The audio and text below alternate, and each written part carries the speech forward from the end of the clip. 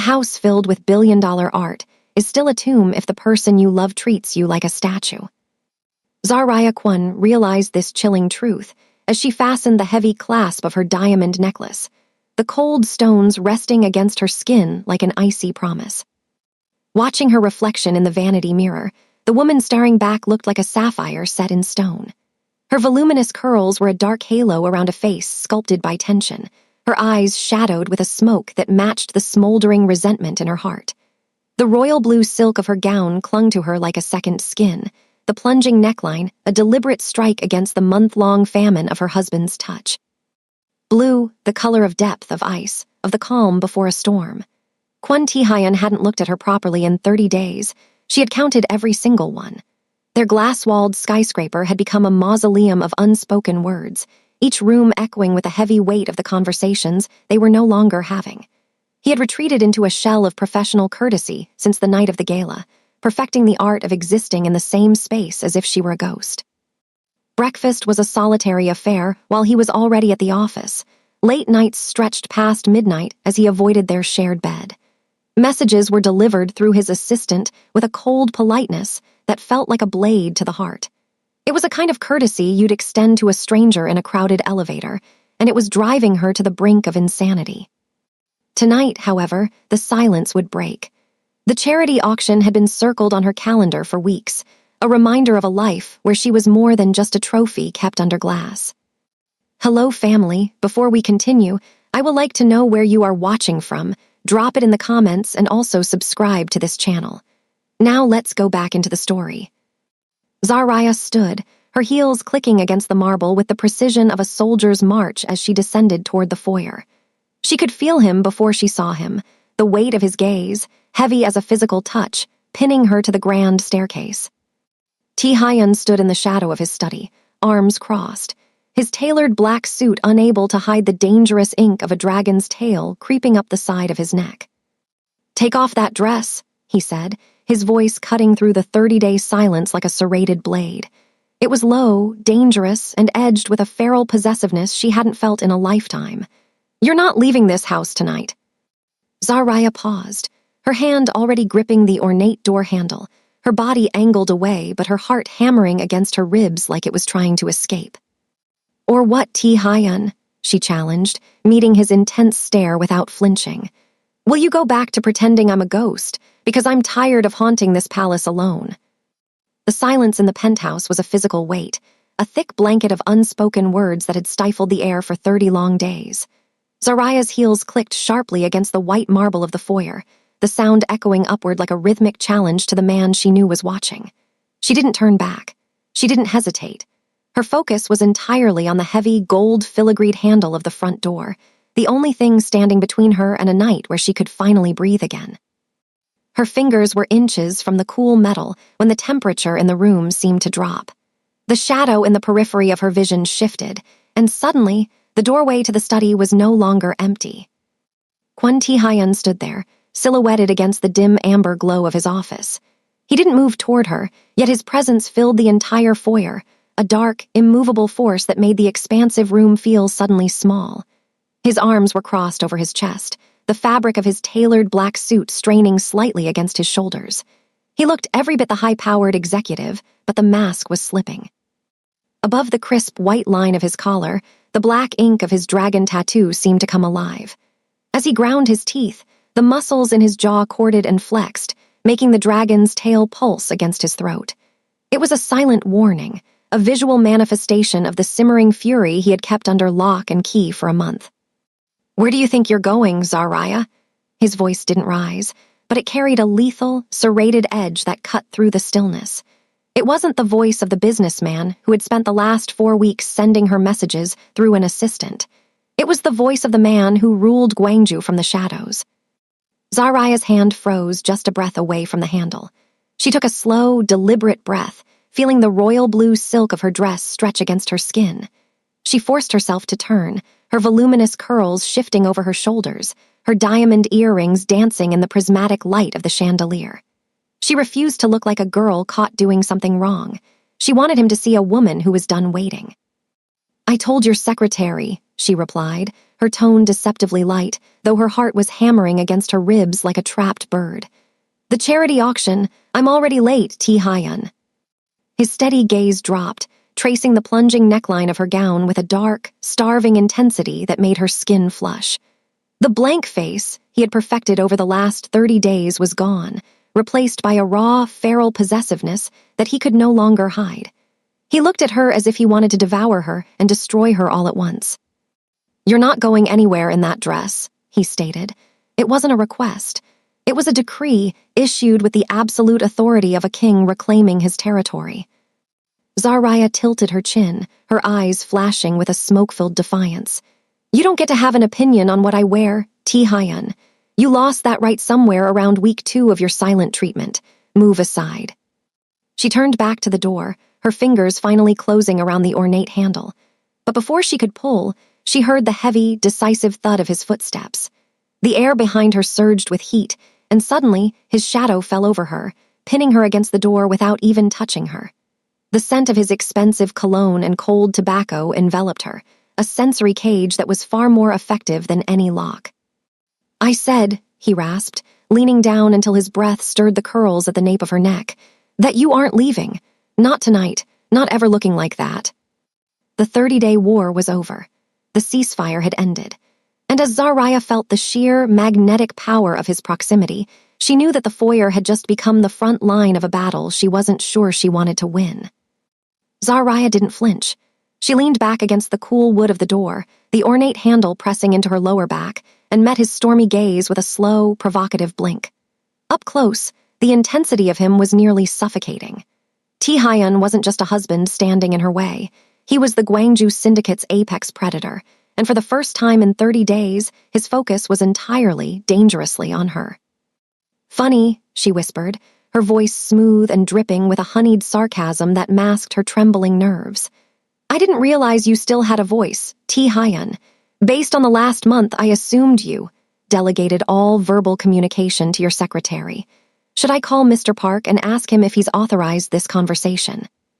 T. Hyun's eyes darkened, the pupils blowing wide until they nearly swallowed the iris. He didn't answer. His gaze began a slow, agonizing descent, traveling from the defiant curve of her lips down to the hollow of her throat, where her pulse was jumping visibly. It continued downward, tracking the sharp plunge of the royal blue silk as it dipped toward her waist. It wasn't a look of judgment. It was a look of starving intensity. He looked like a man who had been wandering a desert and had finally stumbled upon a mirage he intended to make real. Every breath Zaraya took caused the fabric to shift and shimmer, and with every movement, the dragon tattoo on T. Hyun's neck seemed to coil tighter, mirroring the tension in his rigid frame. "You like it, don't you?" Zaraya taunted, emboldened by the raw hunger she saw in him. She shifted her weight, the movement causing the diamond drop earrings to brush against her neck. "I picked it out just for tonight. I figured since I was spending my evenings with a ghost, I might as well find someone at the auction who was still among the living to appreciate it." A low, guttural sound vibrated in T. Hyun's chest, half growl, half groan. He took a single step forward, closing the final inch of space between them until the heat radiating from his body soaked into the silk of her dress. He still hadn't touched her, but the air between them felt like it was humming with high-voltage electricity. "Do you have any idea?" He began, his voice dropping into a rasp that sent a shiver racing down her spine. How many men in that room would kill for the chance to put their hands where that silk is touching? You think I'm going to let you walk out of here and give them that satisfaction? "I think you've lost the right to care who looks at me," she retorted, though her voice lacked its earlier sting. Her breathing was becoming shallow as the scent of him, leather, wood smoke, and that familiar, expensive musk filled her senses. "You moved into the guest wing, remember? You're the one who turned this marriage into a transaction of emails and cold nods. If you wanted to be the only one to see me, you shouldn't have spent 30 days pretending I didn't exist." She went a push past him, her hand landing on the crisp, expensive wool of his suit jacket. The contact was electric. For a month, they had danced around each other like strangers in an elevator, and now, the simple touch of her palm against his chest felt like a detonator being pressed. T. Hyun didn't move. He remained as immovable as the skyscraper they lived in, his gaze anchored to the swell of her chest as it rose and fell with her agitated breathing. The polished boss was gone. In his place stood a man who was done being polite, a man whose restraint was fraying at the edges like a worn cable under too much weight. The emails were a mistake, he admitted, the words sounding like they were being torn from his throat. But the silence was the only thing keeping me from doing exactly what I'm about to do now. He raised his hand, his long, elegant fingers hovering just an inch from the royal blue silk, his shadow swallowing her whole. The foyer, once a grand entrance to their life together, now felt like a cage, and Zaraya realized with a jolt of terrifying heat that she didn't want the door to open anymore. Taehyun's hand didn't just move, it conquered. His fingers finally bridged the agonizing gap, his palm flattening against the cold gold of the door handle just above Zaraya's grip, effectively locking her in place. The proximity was a physical assault on her senses. She could feel the rhythmic thrum of his heart through the layers of their clothing, a rapid, heavy beat that betrayed the calculated stillness of his face. The air in the foyer, once vast and airy, had vanished, replaced entirely by the scent of him, sandalwood and the metallic tang of something dark and dangerous. Zaraya tilted her head back, her natural curls brushing against his chest, refusing to look away even as his shadow completely eclipsed her. The diamond necklace at her throat felt like a collar, heavy and hot, as his gaze burned into hers with a focus so singular it felt like being held at gunpoint. "You've been playing a very dangerous game, Zaraya," he rasped, his voice vibrating through her spine. He leaned in until his lips were a mere breath away from the shell of her ear. The dragon on his neck seemed to shift with the movement of his throat as he swallowed. "You thought if you dressed like a siren and walked toward the exit, I would just watch you go, that I would let you take that beauty into a room full of jackals." Zaraya's breath hitched, but she forced a jagged laugh. "You watched me for 30 days, Taehyun. You watched me eat alone. You watched me sleep alone. What's one more night of watching?" His response was a sudden, sharp invasion of her personal space. He moved his free hand to her waist, his fingers digging into the royal blue silk, pulling her flush against the rigid line of his body. The contact was a shock of high-voltage electricity that made her knees weaken. He wasn't the polished boss anymore.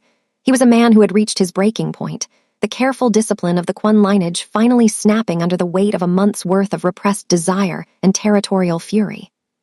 "The watching is over," he growled, his eyes darkening to a shade of black that looked like midnight over the Gwangju docks.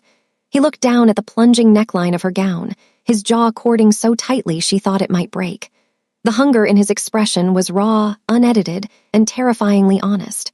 "I spent a month trying to convince myself I could live without the sound of your voice. I spent a month trying to protect you from the parts of me that are currently screaming to tear this city apart just to keep you safe." He leaned down, his forehead resting against hers, his eyes never leaving hers. The dominance he radiated was absolute, a silent command that required no shouting. "Take off that dress," he commanded, the titular line falling from his lips like a heavy iron chain. It wasn't a suggestion, and it wasn't an invitation. It was an order issued by a man who had realized that his silence had nearly cost him his crown. "You're not leaving this house tonight. You're not giving another man even a second of your time, not when I am starving for all of it." Zaraya felt the world outside the front door. The charity auction, the cameras, the society she had tried to flee to simply ceased to exist. There was only the heat of his hand on her waist, the throb of the dragon tattoo against his pulsing jugular, and the realization that the ghost of soul had finally come back to life.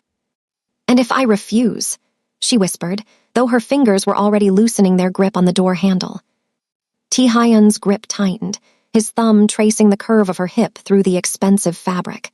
"Then I will take it off for you, and we won't leave this foyer until you remember exactly whose name you carry." The defiance in Zaraya's chest didn't vanish, it transformed. It became a flame that matched his own, a burning acknowledgement that the Cold War was over and the real battle, the one for the soul of their marriage, had just begun. She let go of the handle, her hand traveling up to rest against the ink on his neck, her fingers tracing the dragon's scales. "The door is locked, Taehyun," she breathed, her smoky eyes challenging him one last time. "Prove to me you're not a ghost." The heavy silence that had anchored them to the foyer floor for 30 days finally fractured, but it didn't shatter into peace. It dissolved into the raw, jagged truth. Taehyun's grip on Zaraya's waist didn't loosen, but his forehead remained pressed against hers. His eyes closed as if he were trying to memorize the scent of her skin before the world ended. "The letter, Zaraya," he rasped, the words catching in his throat. "I saw the envelope, the one addressed to your brother's estate in Marseille. I saw the request for your original birth certificate and the emergency travel documents." Zaraya's heart skipped a beat, but not for the reason he expected. She felt a cold wash of realization. The shot she thought he'd fired 30 days ago wasn't about her talking to an old flame at the gala. It was about the lifeline she had tried to build because she thought he no longer wanted her. "You thought I was leaving," she whispered, her voice trembling. "I didn't think it. I knew it," Ti-Hyun countered, finally opening his eyes. They were bloodshot, filled with a vulnerability that looked entirely wrong on a man who controlled the most ruthless syndicate in Gwangju. "After the gala, after I saw you in that garden with him, you looked so light, so free. And then I find a letter asking for the papers you'd need to disappear back into your old life. To a life where there are no guards, no blood on the doorstep, and no husband who has to check the underside of his car every morning." He let out a sharp, self-deprecating breath. "I thought if I gave you the silence, if I moved into the guest suite, I was giving you the space to realize you couldn't leave. But every night I sat in that study, watching the security feed of your bedroom door, I was just waiting for the moment you'd walk out with a suitcase and never look back. I became a ghost because I couldn't bear the thought of being the man you were running from." Zaraya felt the heat of tears stinging her eyes. She reached up, her fingers sliding into the dark, polished silk of his hair, forcing him to look at her. "Ti-Hyun, you idiot. You brilliant, terrifying idiot." She let out a shaky breath, the royal blue silk of her dress rustling as she shifted closer. "I wasn't asking for travel documents to leave you. I was asking for them because I realized that if anything happened to you, if the Jian cartel actually managed to do what they've been threatening, I would be a ghost in this country. I have no standing here without you. I was securing my papers so I could stay by your side as a legal citizen, as your wife in every sense of the word, not just a guest in your penthouse." The dragon on Ti-Hyun's neck seemed to still as he processed her words. The cording of his jaw vanished, replaced by a look of sheer, stunned disbelief. "You weren't going to Marseille." "I was bringing Marseille here," she corrected, her thumb tracing the line of his lower lip. "I was talking to Luke at the gala because his family handles the diplomatic channels. I was trying to find a way to make sure that no matter what blood was spilled on the docks, they couldn't take me away from you. I said I wanted a way out. Yes, a way out of the legal limbo that keeps me hidden in this apartment like a secret you're ashamed of." The realization hit Ti-Hyun like a physical blow. The month of silence, the separate beds, the icy messages delivered through assistants, it had all been a war fought against a phantom. He had spent 30 days mourning a loss that hadn't happened, and in doing so, he had nearly created the very exit he feared. His hands moved from her waist to her face, his palms cupping her cheeks with a desperate, crushing tenderness. "I've spent a month in hell because I was too proud to ask you if you still loved me. And I spent a month in a tomb because I thought you had finally realized I wasn't worth the risk," Zaraya whispered. The weight of the misunderstanding hung between them, a heavy curtain finally pulled back to reveal the wreckage of their pride. Ti-Hyun didn't say another word. He didn't have to. He simply leaned down and captured her lips in a kiss that tasted of salt, desperation, and the fierce, rekindled fire of a man who had just been given his life back. As the diamonds on her neck caught the light, Zaraya realized the gala was long forgotten. The only auction happening tonight was the one where Ti-Hyun was buying back every second of the month they had lost. Ti-Hyun pulled back just enough to look into her eyes, his hands sliding from her cheeks to her shoulders, his grip tight as if anchoring himself to the only truth he had left. The desperate heat of their kiss lingered in the air, but the shadow that crossed his face was cold and heavy. He looked toward the floor-to-ceiling windows where the lights of Gwangju flickered like fallen stars, beautiful yet treacherous. "It wasn't just the fear of you leaving, Zaraya," he admitted, his voice a low vibration that seemed to come from the very marrow of his bones. "There's a reason I didn't come to your room. There's a reason I couldn't even look at you properly. The Jian cartel. They haven't just been making threats. They've been collecting a blood toll." He turned slightly, pulling back the sleeve of his jacket to reveal a bandage wrapped tightly around his forearm, one he had kept hidden beneath the pristine lines of his black suit. Zaraya gasped, her hand flying to her mouth. The polished boss had been bleeding in silence while she had been mourning a lack of attention. The docks have become a graveyard, Tihayan continued, his gaze darkening. In the last 30 days, I've lost 12 men. Good men. Men with families. The Geons aren't playing by the old rules anymore. They're targeting anyone close to the Kwon lineage. Every time I looked at you, every time I sat across from you at breakfast, all I could see was a target on your back. I thought if I stayed away, if I made the world believe there was a rift between us, that I didn't care for you, that you were just a trophy I'd grown bored of, then they wouldn't see you as a way to get to me. He let out a jagged, bitter laugh that didn't reach his eyes. My silence wasn't a weapon used against you, Zaraya. It was a shield. I was trying to make you invisible. I thought if I treated you like a stranger, the Geons would treat you like one too. I was trying to protect the only thing in this world that hasn't been corrupted by the Syndicate, even if it meant I had to lose you in the process. Zaraya looked at the bandage, then up at the dragon tattoo on his neck, which seemed to pulse with the weight of the secrets he had been carrying. She felt a surge of fierce, protective rage, not at him, but for him. He had been fighting a war on the docks by night and a war of the heart by day, all while maintaining a mask of cold indifference to keep her safe. You were fighting them alone, she whispered, her fingers gently brushing the fabric over his wound. You were carrying the weight of 12 lives and the fear of mine, and you thought the best way to handle it was to shut me out. I'm a soldier, Zaraya, he said, his jaw cording again. In my world, when things get dangerous, you harden, you close the gates. You don't bring the person you love into the line of fire. But I'm already in the line of fire, Tihayan, she countered, her voice gaining a sharp, unbreakable edge. I'm a Kwon. Whether you speak to me or not, the world knows who I am. You didn't make me invisible, you just made me lonely and vulnerable. A shield is only strong when it's held by someone who isn't falling apart. You've been bleeding out in the dark while I was right here with the lights on, waiting for you to come home. She stepped back into his space, her royal blue gown rustling against his legs. She took his hand, the one that had blocked her exit only moments ago, and pressed it against her heart. No more noble silences, she commanded.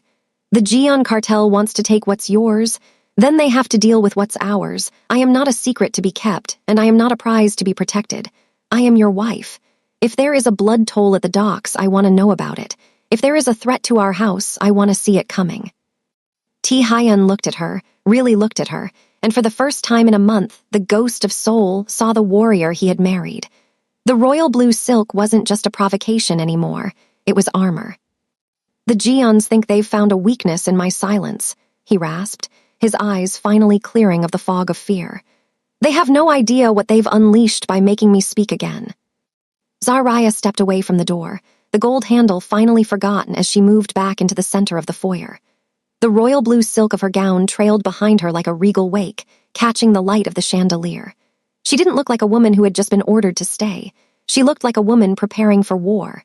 Tihayan watched her, his breath hitching as she turned to face him, her expression a mix of fierce love and unrelenting iron. You call this protection? She asked, her voice echoing off the glass walls that overlooked the sprawling, dangerous city below. You hide your wounds, you hide your war, and you hide me. You've built a fortress out of silence, Tihayan, but you forgot one thing. A fortress without a second in command is just a very expensive prison. Tihayan reached for her, his bandaged arm a stark reminder of the violence he had tried to keep at bay. I did it so you could keep your hands clean, Zaraya, so you could live in the light while I dealt with the dark. That was the deal.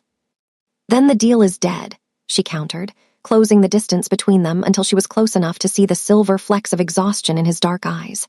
She reached up, her fingers sliding over the dragon tattoo on his neck, feeling the rapid, rhythmic thrum of his pulse.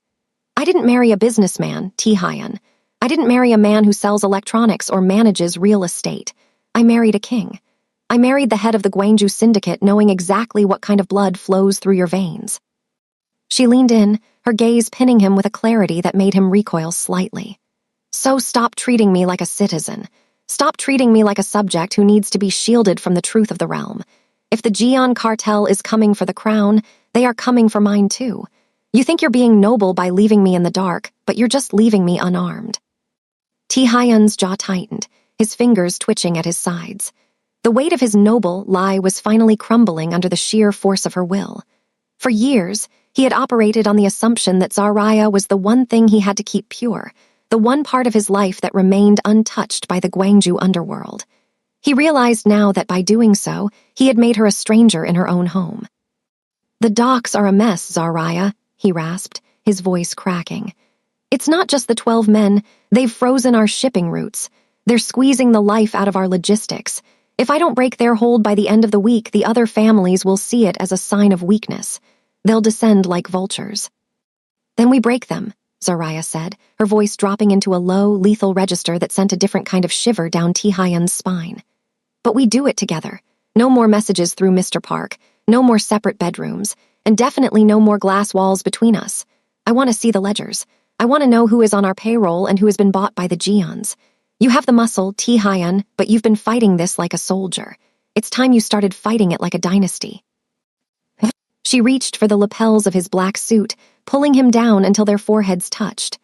The sapphire of her dress shimmered in the low light, no longer a provocation, but a banner. "I am Zaraya Kwon," she whispered against his lips, "and I am done being a ghost in your palace. Either you let me into the dark with you, or you'll find that a king without his queen is a very easy target." Ti-Hyun let out a long, shuddering breath, the tension that had held him upright for 30 days finally giving way to a raw, newfound strength. He wrapped his arms around her, pulling her so tight she could feel the cold metal of his watch against her back and the heat of his heart against her chest. The silence was officially broken, and as he buried his face in her natural curls, he knew that the Geon cartel had no idea that the most dangerous person in the Kwon family wasn't the man with the gun. It was the woman in the royal blue dress. The heavy, stagnant air of the foyer finally broke as Ti-Hyun reached out, his hand trembling slightly as he intertwined his fingers with Zaraya. The gold door handle, once the focus of her desperate escape, was now just a cold piece of metal behind them. Without a word, he led her away from the entrance and toward the grand staircase, his stride no longer the rigid march of a soldier, but the purposeful movement of a man returning home after a long, weary exile. The ascent was silent, yet for the first time in 30 days, the quiet didn't feel like a weapon. It felt like a bridge. As they reached the upper landing, Ti-Hyun bypassed the door to the guest suite, the room that had served as his self-imposed prison, and stopped before the heavy mahogany double doors of their master suite. He paused for a heartbeat, his thumb tracing circles against the back of Zaraya's hand, before pushing the doors open. The room was exactly as she had left it, bathed in the soft, amber glow of the recessed lighting, smelling of her perfume and the expensive vanilla candles she favored. But to Zaraya, it felt like stepping into a different dimension. The physical barrier was gone, and as the doors clicked shut behind them, the emotional walls came tumbling down with a roar only they could hear. Ti-Hyun didn't let go of her hand. He pulled her into the center of the room, the royal blue silk of her dress shimmering like deep water under the moonlight streaming through the floor-to-ceiling windows. He turned her to face him, his eyes searching hers with a raw vulnerability that made her breath hitch. The king she had challenged downstairs was still there, but he had laid down his crown at her feet. "I've spent every night for a month standing outside this door," he whispered, his voice thick with the weight of 30 wasted nights. "I would reach for the handle, convinced that if I turned it, I would find the room empty, that the silence in the hallway was just a preview of the silence in my life without you." Zaraya reached up, her fingers unknotting his black silk tie with slow, deliberate movements. She didn't stop until it fell to the plush carpet, followed by his suit jacket. She placed her palms against his chest, feeling the heat of his skin through the thin fabric of his shirt. "You were never alone, Ti-Hyun. I was on the other side of that door, waiting for the man who promised to never let me go to remember who he was." He let out a jagged breath, burying his face in the crook of her neck, his inhale sharp and desperate as he breathed in the scent of her natural curls. His arms wrapped around her waist, pulling her flush against him, his touch possessive yet reverent. The royal blue dress, the provocation that had started the night, now felt like a relic of a past life. "I'm done pretending," he murmured against her skin, the vibration of his voice sending a familiar electric heat through her limbs. "The Geons, the docks, the letters. None of it matters if I lose the ground I stand on. And you are my ground, Zaraya. You always have been." Zaraya pulled back just enough to look at him, her smoky eyes soft but determined. She reached for the zipper at the back of her gown, her gaze never leaving his. Then show me. No more assistants, no more separate wings, and no more lies, even the ones told for protection. As the silk dress pooled at her feet in a sapphire wave, Ti-hyun didn't look at her with the cold hunger of a stranger. He looked at her with the deep, abiding recognition of a man who had finally found his way back to the only light he had ever known. He scooped her up, his movements fluid and strong, and carried her toward the bed they had shared for 6 years, a territory reclaimed, a sanctuary restored. The 30-day war was over. In the quiet of their shared suite, as the city lights painted shadows across their intertwined bodies, the silence was no longer a tomb. It was a promise. The Gwangju Syndicate could wait. The Jian cartel could wait. Tonight, there were no glass walls, only the rhythmic, unified beating of 2 hearts that had survived the storm, stronger for the wreckage they had left behind.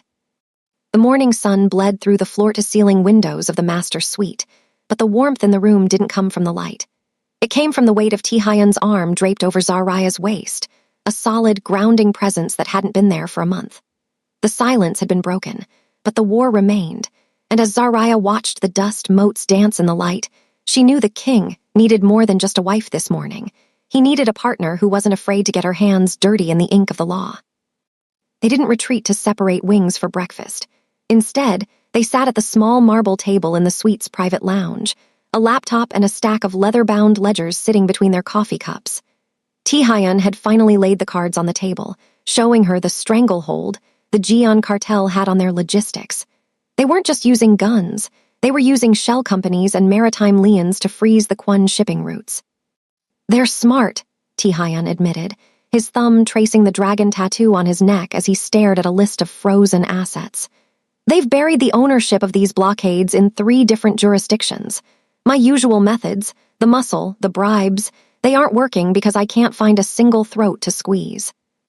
Zaraya leaned forward, her voluminous curls tied back in a practical knot, her eyes sharp with a different kind of fire than the one from the night before. She pulled a ledger toward her, her fingers flying across the keys of the laptop as she tapped into the databases she hadn't touched since she left Marseille. Before she was Zaraya Kwon, she was a Moro, a name that carried its own weight in the halls of international maritime law and European diplomacy. You're looking at this like a soldier, Ti-hyun, she said, her voice cool and analytical. You're looking for a person to fight, but the Jians aren't fighting you with men right now, they're fighting you with paperwork, and paperwork is where I was born. She pointed to a string of registration numbers for a cargo fleet, currently idling in the international waters off Jeju. These vessels are registered under a Panamanian flag, but the holding company is tied to a French logistics firm. Because of the new EU-Korea trade directives my family helped lobby for last year, there's a transparency loophole. If we can prove that the beneficial owner of these firms has ties to designated criminal entities, we don't need a judge to unfreeze your roots. We just need to trigger an anti-money laundering audit. Ti-hyun watched her, a look of profound realization dawning on his face.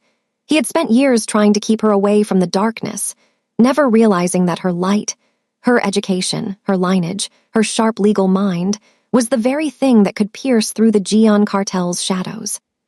If we trigger an audit, Ti-hyun murmured, leaning in closer until their shoulders touched, it freezes their liquid assets. They won't be able to pay their port fees or their mercenaries. Exactly, Zaraya smiled, a predatory edge to her expression. While they're busy answering to the French Maritime Authority and the Korean Financial Intelligence Unit, they won't have time to worry about the docks in Gwangju. We don't just break the hold, Ti-hyun.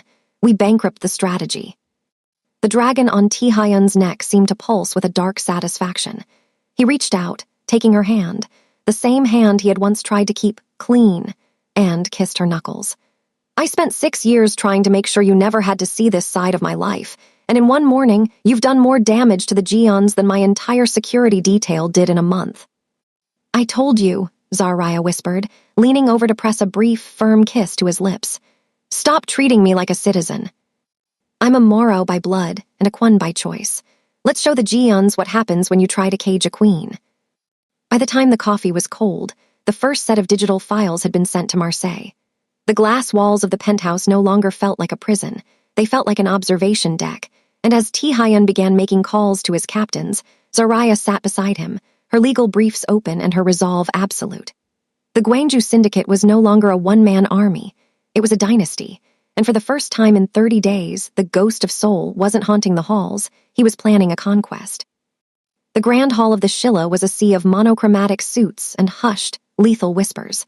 This was neutral ground, the kind of place where the underworld met to negotiate peace or declare total war. Every major head of the Gwangju families was present, their eyes darting toward the empty chairs at the head of the long, obsidian table. The air was thick with the scent of expensive tobacco and the sharp, metallic tang of tension. The Jian cartel leaders sat smugly at the far end, convinced that the month of silence from the Kwon penthouse was a sign of a crumbling empire. Then, the heavy oak doors swung open. Tae-hyun entered first, but he didn't walk alone. He didn't leave his wife 3 paces behind him like a protected secret. Instead, Zariah walked at his side, her hand resting firmly in the crook of his arm. She was still wearing the royal blue gown, the same provocation from the night their silence broke, but it no longer looked like an invitation. It looked like a banner of war. The sapphire silk shimmered under the crystal chandeliers, a bold, defiant splash of color in a room of shadows. A collective intake of breath swept through the hall. This wasn't the ghost the rumors had whispered about. This was a queen. As they reached the table, Tae-hyun didn't pull out a chair for her to sit in a corner. He pulled out the chair directly to his right, the seat traditionally reserved for the second-in-command. The Jian patriarch narrowed his eyes, his gaze flickering from Zariah's calm, regal expression to the dragon tattoo pulsing on Tae-hyun's neck. "I wasn't aware this was a family dinner, Kwon," the elder Jian sneered, leaning forward. "We are here to discuss the maritime blockades, business, not domestic distractions." Tae-hyun didn't flinch. He leaned back, his posture relaxed yet predatory, his hand covering Zariah on the table in a public display of unity that silenced the room. "Then it's a good thing my wife is the one who drafted the response to your blockades," he said, his voice a low, dangerous rumble. "Zariah." Zariah didn't wait for permission. She slid a sleek, silver tablet across the obsidian surface toward the Jian leadership. Her voice was steady, infused with the cold, legal precision of the Mara lineage. "As of 2 hours ago, the French Maritime Authority has placed a temporary freeze on every vessel associated with your Panamanian shell companies. Since your liquid assets are tied to those logistics, the Korean Financial Intelligence Unit has flagged your primary accounts for an anti-money laundering audit." The smugness evaporated from the Jian patriarch's face, replaced by a pale, twitching fury. You have no authority." "I have the law," Zariah interrupted, her smoky eyes flashing with an unbreakable iron. "And my husband has the docks. If you want your ships to move again, you will withdraw your mercenaries from the Gwangju perimeter by dawn. Otherwise, the Moreau family's legal ties in Marseille will ensure those ships rot in international waters until your empire is nothing but a memory." The silence that followed was absolute. For the first time in history, the syndicate saw the Kwon power not as a solitary man with a gun, but as a unified dynasty. Tae-hyun looked at Zariah, his eyes filled with a pride so fierce it was almost tangible. He had spent years trying to shield her from the darkness, never realizing she was the one who could master it. "The blockades are over," Tae-hyun stated, his voice final as he stood up. He didn't wait for a rebuttal. He turned to Zariah, offering his hand. As they walked out of the hall, the royal blue dress trailing behind her like a regal wake, the families parted like the Red Sea. They weren't just a couple anymore, they were an untouchable front.